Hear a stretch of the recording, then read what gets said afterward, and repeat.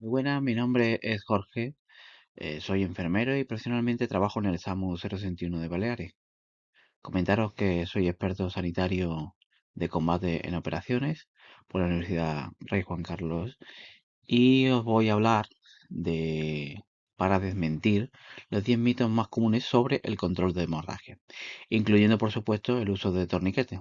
A continuación, hablamos de estos mitos y la realidad que hay detrás de cada uno de ellos.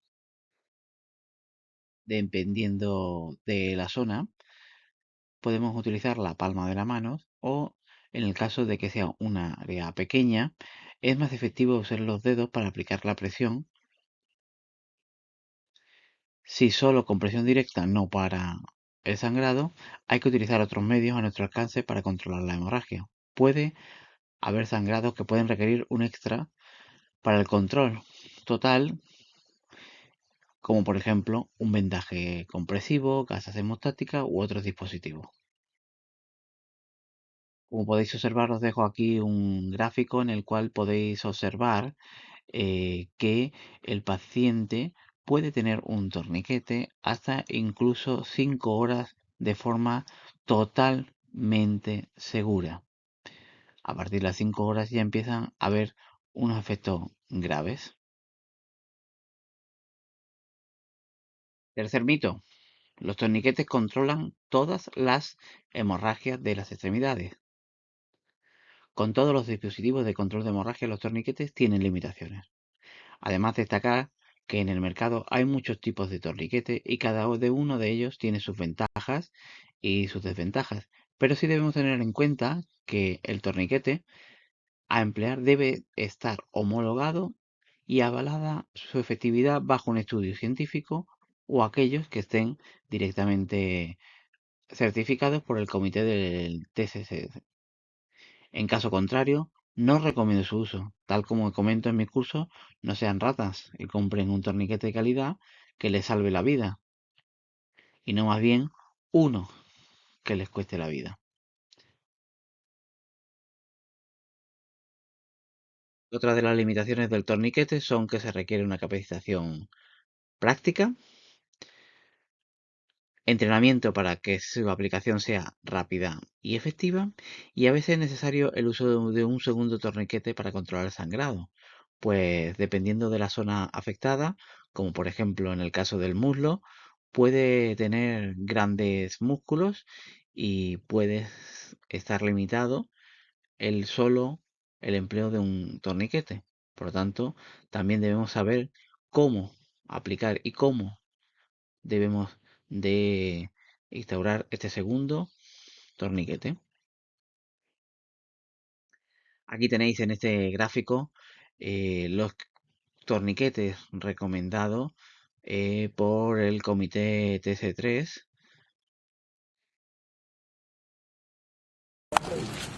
Y en este caso Tô. podéis ver lo que ocurre cuando a veces adquirimos Aqui torniquetes tá de tranquilo. dudosa procedencia o que no están certificados u homologados. Quanto mais alto, mais gravidade ele ganha, entendeu? Aí pode ir baixando. Torniquete chiquininho. Ahí sigue, continúa, parece que va siendo efectivo. E não parou o sangramento, né? Pero Torniquete de 60 Por que ahí não tenemos usar o las de 80 consecuencias reais? de un torniquete De 60 e o de bajo 50. coste. Já era. Cuarto mito: los agentes hemostáticos controlan todas las hemorragias externas. El uso de agentes hemostáticos requiere de una técnica específica de aplicación. Estos deben empaquetarse correctamente dentro de la herida y mantenerse con una presión según las instrucciones del fabricante o al menos durante 3 minutos según el tipo de agente coagulante empleado. Aquí en esta diapositiva os muestro una imagen de cómo se coloca o cómo se aplica correctamente un agente hemostático.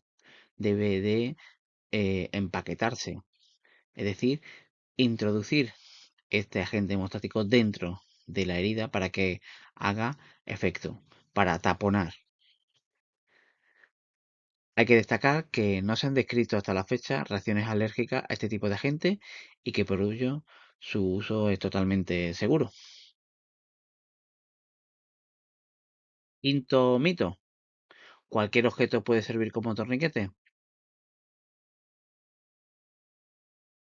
Es importante usar un torniquete diseñado para ello. Los objetos improvisados pueden no ejercer la presión necesaria y suponer la muerte de nuestro paciente o incluso la nuestra propia. Además, se ha demostrado científicamente que estos deben cumplir unos requisitos, como por ejemplo, la cinta compresora debe tener un ancho de al menos 3,8 centímetros, pues si es inferior a esta medida, suele ser ineficaz para comprimir una arteria.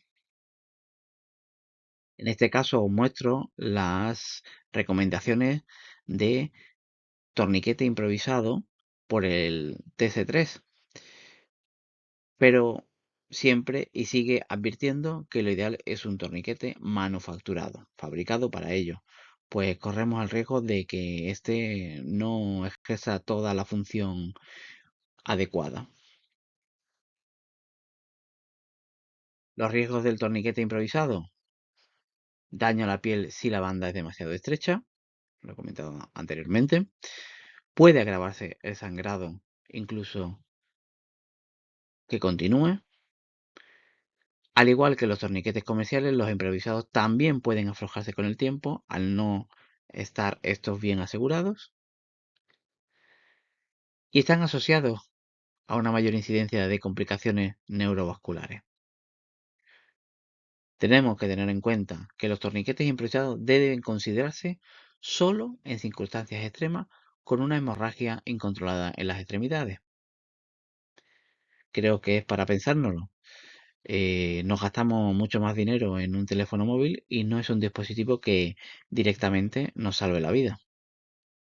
¿El enfoque A, B, C es siempre el adecuado? En pacientes traumáticos o en pacientes con un sangrado activo, el abordaje A-B-C no es efectivo, pues la prioridad es controlar la pérdida sanguínea antes que, por ejemplo, las vías respiratorias, pues será la primera causa de muerte en este tipo de pacientes. Será fútil intentar reanimar a un paciente que ha perdido sangre, si priorizamos la vía aérea, por ejemplo, ¿no? Como comentaba. Perdiendo un tiempo muy valioso. Un control de sangrado efectivo y entrenado solo nos puede llevar unos 45 a 60 segundos como máximo. Por eso lo ideal es activar y utilizar el protocolo XABCD o en el caso de, por ejemplo, de militares, el MATCH.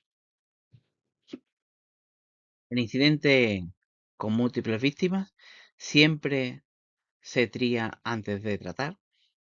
Bueno, hay que recordar que en un triaje, para que sea efectivo, solo podemos invertir un breve espacio de tiempo con cada paciente para así tener una visión global y valorar la magnitud del incidente, pues su finalidad es lograr la mayor tasa de supervivencia.